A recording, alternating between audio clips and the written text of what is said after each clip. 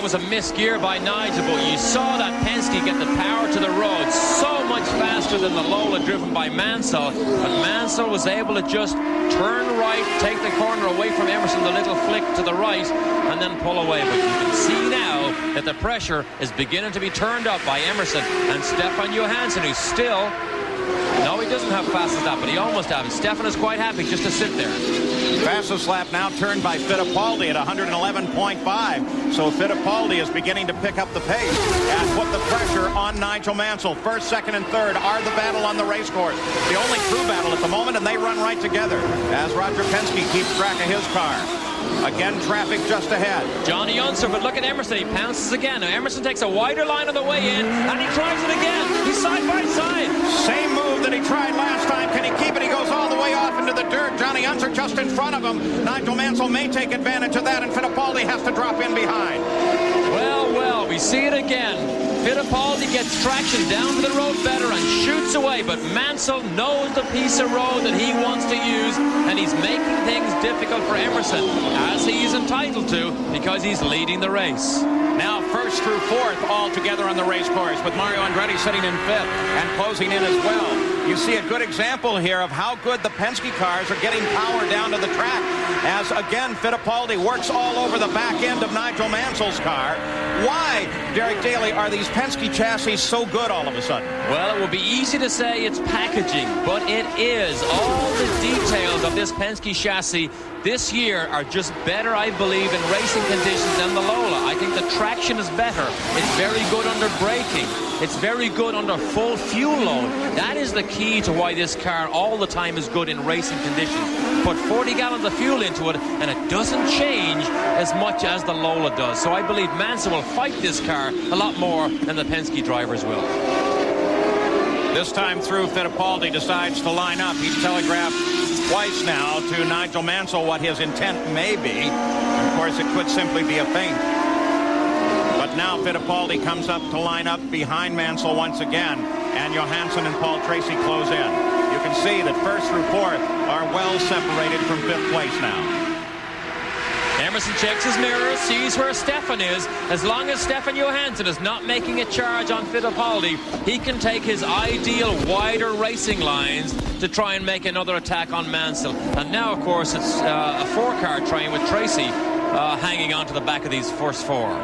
A furious battle at the front of the field once again, engaging traffic. That's Kevin Cogan, the 11 car that they come around. First time he has been on a road course since 1989. As he continues his recovery from serious injuries suffered in Indianapolis, but it's good to see Kevin back in a car. Jan Bikas, a comparison, Lola to Penske. Well, when Derek was talking about the packaging that the Penske car has, the technical description that people are talking about here is downforce to drag ratio. What that means is the Penske car makes a little more downforce for a given amount of drag. Now, we also mentioned, or Paul, you mentioned that you thought the Ford had a little more power. So what we're seeing is about equal speed down the straightaway, but the Penske car has a little more downforce, and that is why he's able to get the power down a little bit better. Fight continues at the front of the field. Fittipaldi took a look there for a second, dropped back, but still continues to chase Nigel Mansell, who has led now 21 laps of the 102-lap scheduled distance here. Lap 32 should be when they start to take a very hard look at getting into the pits. And once they do that, they have to make sure they get in very quickly. Paul Tracy looked to the inside of Stefan Johansson, then darts back to the outside. Here's where Stefan got stuck the last time, but it's Emerson that gets stuck this time. Look at Tracy. Oh, it worked for Paul Tracy. He moved way over to the left on Johansson and then came back across to the right. I think Johansson must have thought that he was going to get bottled up, but he didn't. He came screaming back into the other side and moves into third place. And that is what you call seizing the moment. Sometimes the door is left open for a fraction of a second, and Paul Tracy just absolutely bolted through and takes the pass from Stefan Johansson. Look at that one more time. Watch Paul Tracy move all the way to one side. Tells him he's there. Bentley moves aside, but now remember, Bentley can't drive off the racetrack, so he tries to stay out of everybody's way. Now Tracy is putting this pass together. Look how wide he is. Wide he is. Johansson slows down, and Tracy, using the traction of that Penske, just blows by him. So a change here at the top of the order as Paul Tracy gets around Stefan Johansson. It's Mansell, Fittipaldi, Tracy, and Johansson and Fittipaldi at the top of the field. We now have 23 laps complete in the Budweiser G.I. Joe's 200. Back at the Budweiser G.I. Joe's 200, Nigel Mansell holds a slight lead over Emerson Fittipaldi. He has led right to the green flag. 24 laps are now complete. But you can see by the interval leaderboard that the entire front order, with the exception, of course, of Mario Andretti and Robbie Gordon, who are sitting back some distance, are all right together on the course. Jan Bikas, you have an update.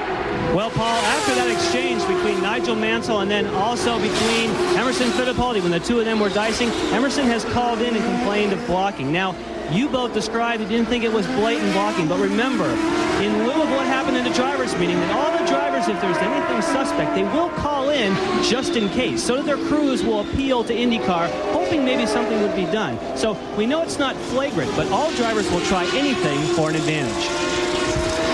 Hey, talk about a team sport. Get the rest of the team in your corner here.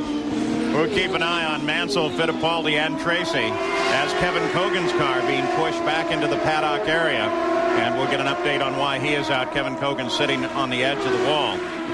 And now on board with Scott Brayton, this new angle. You can see how the steering arms are working on this car and the whole front suspension movement, but also take a look ahead at the sky.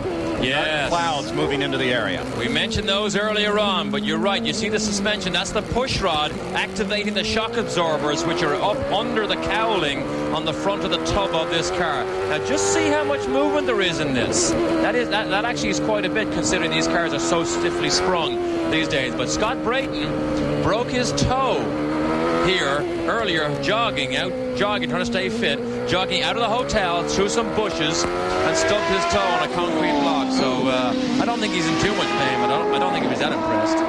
Fascinating view of how the front suspension members work. Perhaps in the future we can move it back even a little more, right until the crew says, okay, you've seen just about all we're going to let you see of our suspension. Let's watch as he goes into the curve. See that big jump for the suspension. Right here, which is the end of turn 8 and 9, he crashed on Friday with Roberto Guerrero. Guerrero was trying to avoid Matsushita, who spun. Guerrero backed up. Brayton didn't see the yellow flag and just plowed into the back of him. That's why you see a black nose cone on that car as opposed to the standard Amway pink one, because, of course, they had to get a hurried repair job done. Now Mansell is under pressure here. And Fittipaldi moves way wide as they come into the first corner, looking for racing room. Mansell loses control, locks it up, comes off into the chicane area. Fittipaldi goes into the lead. Mansell's car should be undamaged. They try to get that cone out from under the wing, and now he should be able to go ahead. Coming straight through the chicane, he's supposed to stop there. The ruling was there was supposed to be a lengthy stop of perhaps as many as 10 seconds.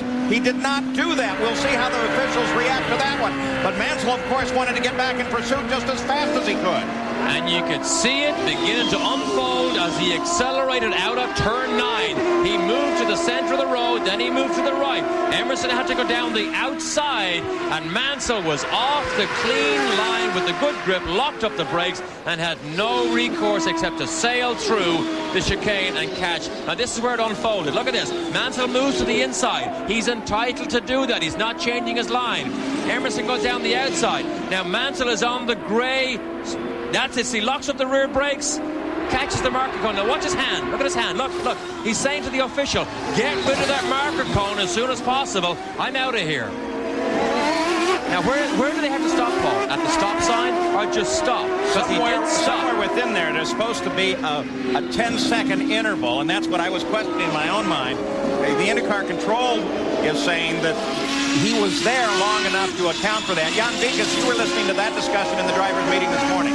Yes, Paul, what the determination is that you have to be there between 7 and 10 seconds because they time the cars going through the complex. That's how long it takes. You don't have to stop specifically at that stop. So as long as he was there, as IndyCar is saying, for between 7 and 10 seconds, he should be okay. And while they were taking the cone out, that time elapsed, so they've said, go ahead. This is the onboard camera view, same path. Okay, Emerson goes down the outside. Now Nigel locks the rears. See that? He's out of control. Emerson goes through the corner, and Nigel has to stop. And that mistake cost Mansell, in terms of real race course time, 8.5 seconds, and dropped him back into 4th place. His teammate Mario Andretti is the next in the line behind him. You see Mansell now runs all alone. And this has